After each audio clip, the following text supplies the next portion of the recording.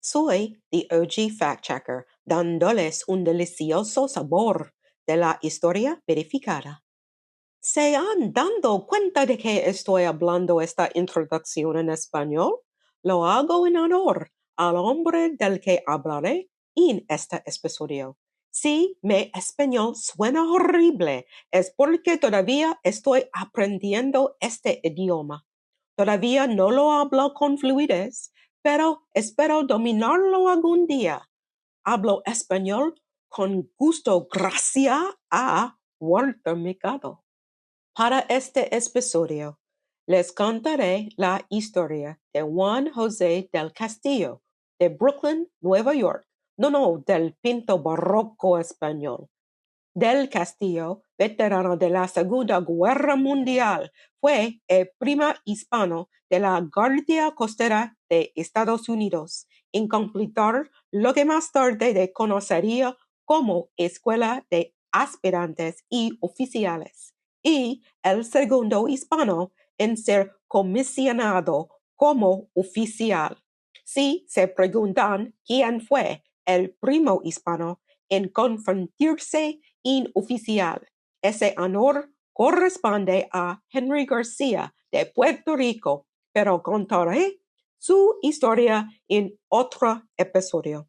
Lo que hace especial a Del Castillo son sus 44 años de servicio en la Reserva de Guardia Costera y su trabajo en la ayuda contra la hambruna, la ciencia y la distribución de alimentos. Inventó varios sustitutos alimentarios del alto valor proteínico para países en vías de desarrollo a través de asociaciones entre su empresa y el Departamento de Agricultura y USAID.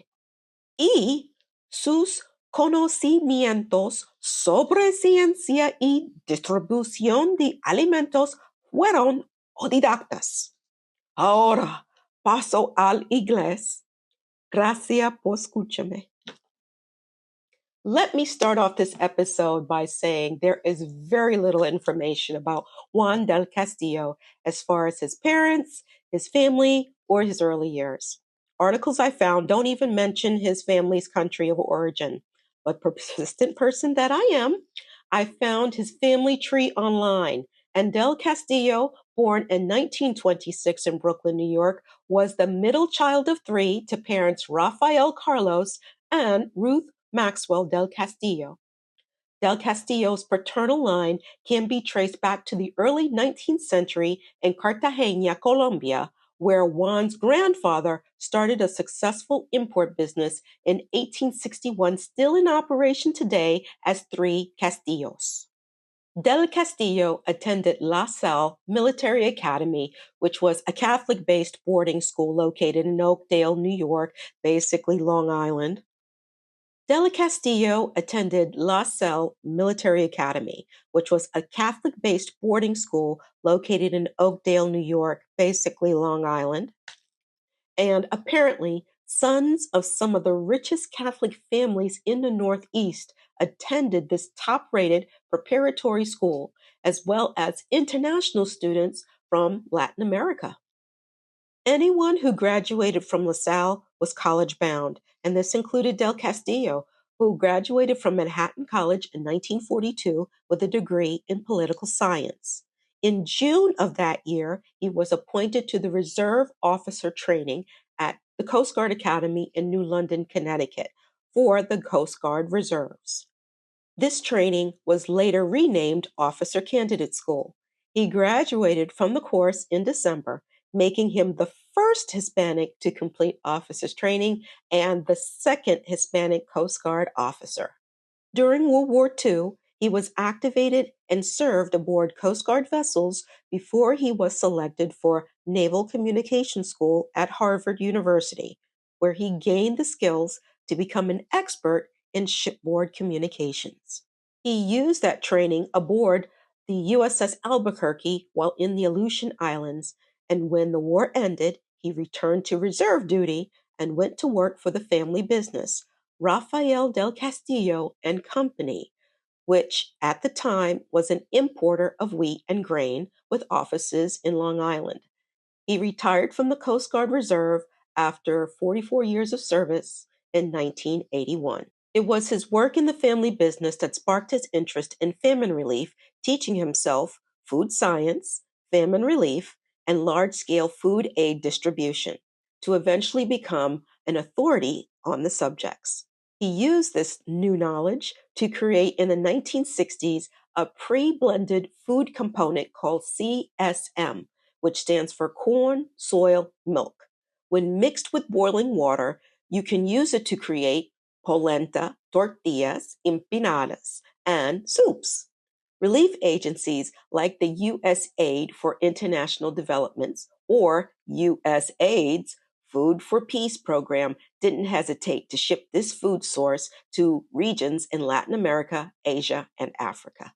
He also created a similar product while living in Panama between 1958 and 1963, running chicken farms, a product that decreased the time it takes to make arepas. If you've ever watched Disney's Encanto, then you know what they are: little fried corn cakes that are popular in Colombia, Venezuela, and Central America.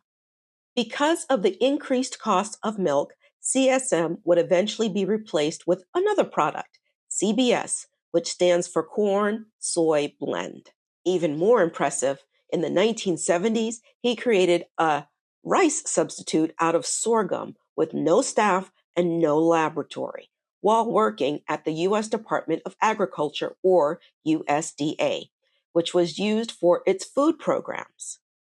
Sorghum is a cereal crop, one of the top five in the world, actually, and the U.S. is the largest producer of this grain, although current events with our federal government might be affecting this output. The thing that puts sorghum in the top five of grains is its efficient conversion of solar energy and use of water. It's a high energy, drought tolerant, resource conserving grain, and is one of the really indispensable crops required for the survival of humankind. Because Del Castillo put his self taught knowledge of farming and food science to good use, over 5 million men, women, and children consumed his products to fight against malnutrition and starvation. While working at the USDA as a director of Food and Nutrition Service, he oversaw domestic food distribution programs, including the school lunch and elderly feeding programs, and food for American Indigenous reservations.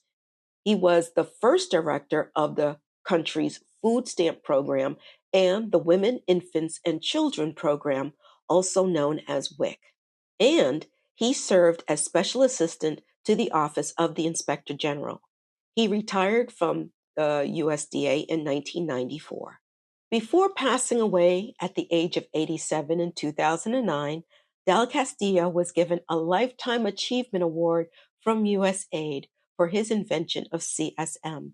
He and his wife of 58 years have 6 daughters, all living in the DC, Maryland, Virginia area, locally known as the DMV, and 19 grandchildren. Normally, I would wrap this up with my closing line: I love history, the more you know. But I've been finding these young whippersnappers stealing Gen X material from our childhood. So I'm rolling out a new closing line. And here it is: I love history. You came for the truth. Thank you for staying for the story.